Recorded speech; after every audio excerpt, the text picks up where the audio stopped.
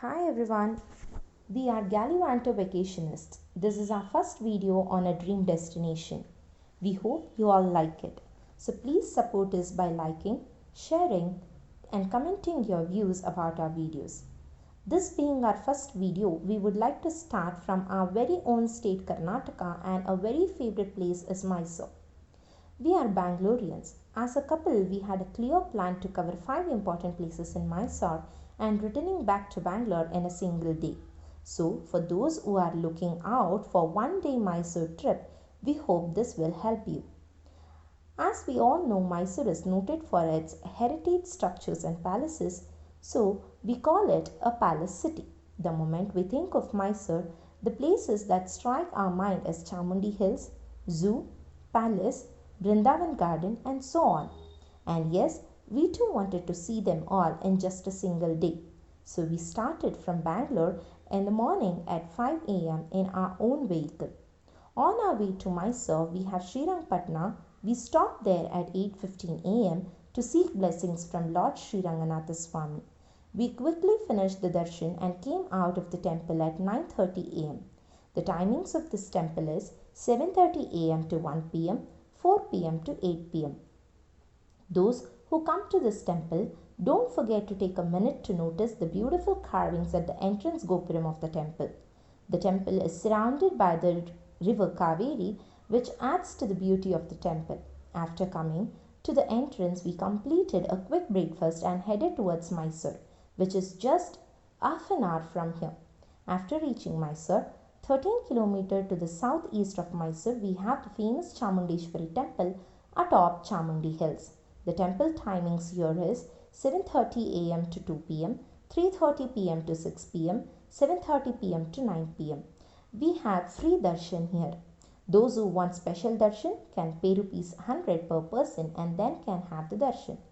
We can take the stone stairs for about 1000 odd steps till the hilltop. While coming from the stone stairs, in around 800 steps, we have a big bull of about 15 foot high and 24 foot long.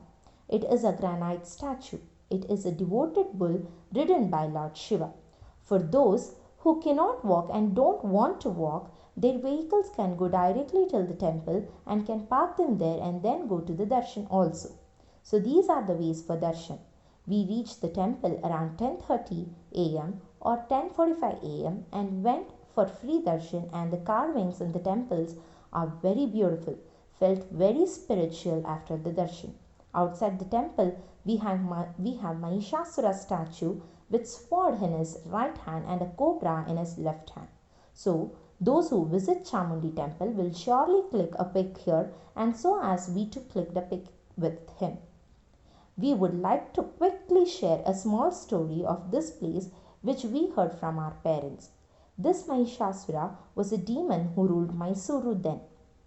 He sat to pray Lord Brahma for many years, and when he appeared, Mahishasura asked him to grant him a boon. The boon was what he asked was that he should never be killed by any man. So Brahma granted him this boon. After that, he started to trouble all the devas, so devas started blaming Brahma for giving him this boon.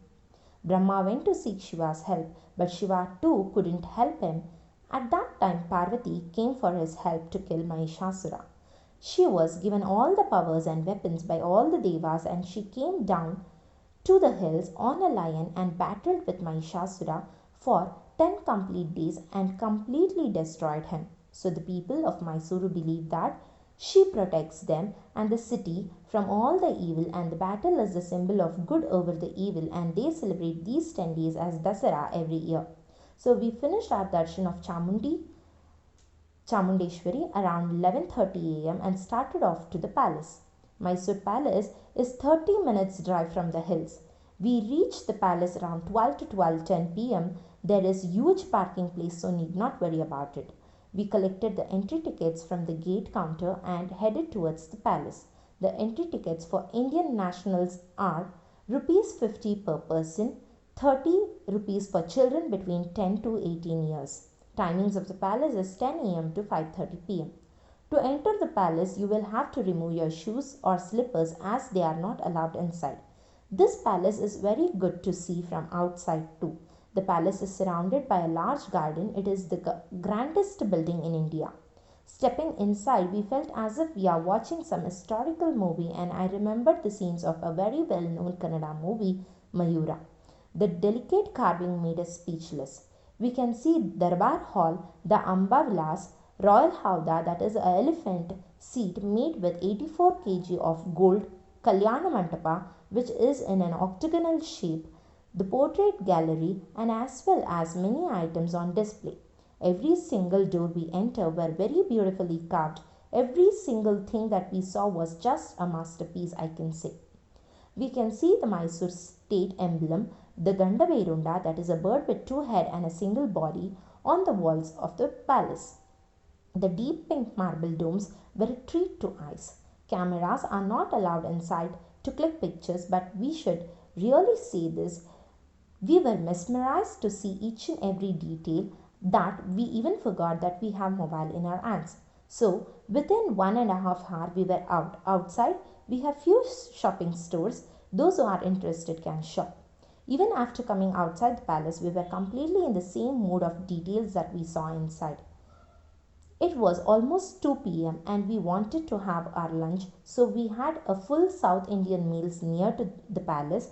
Good hotels with affordable prices are available near to the palace, so need not worry about it. We finished our lunch around 2:30. After finishing our lunch, we headed towards St. Philomena's Church.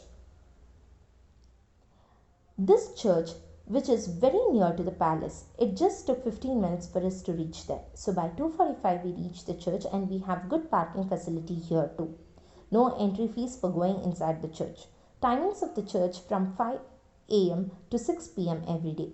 Coming to the little history of this church was built in the year 1840 by Maharaja Krishnaraja Wadiyar IV's grandparent. It was a very small church. After that, Maharaja Krishnaraja Wadiyar IV laid a foundation in the year 1933 for this big church that we are able to see now. For the European resident of the city, this church is dedicated to Saint Philomena. This church is one of the largest churches in India. It is also said that it is the second largest church in Asia. It is very quiet and very peaceful place, very clean and very well maintained inside and outside too. It is not much crowded. Photographs are not allowed to take inside the church. We could see sculptures from all sides.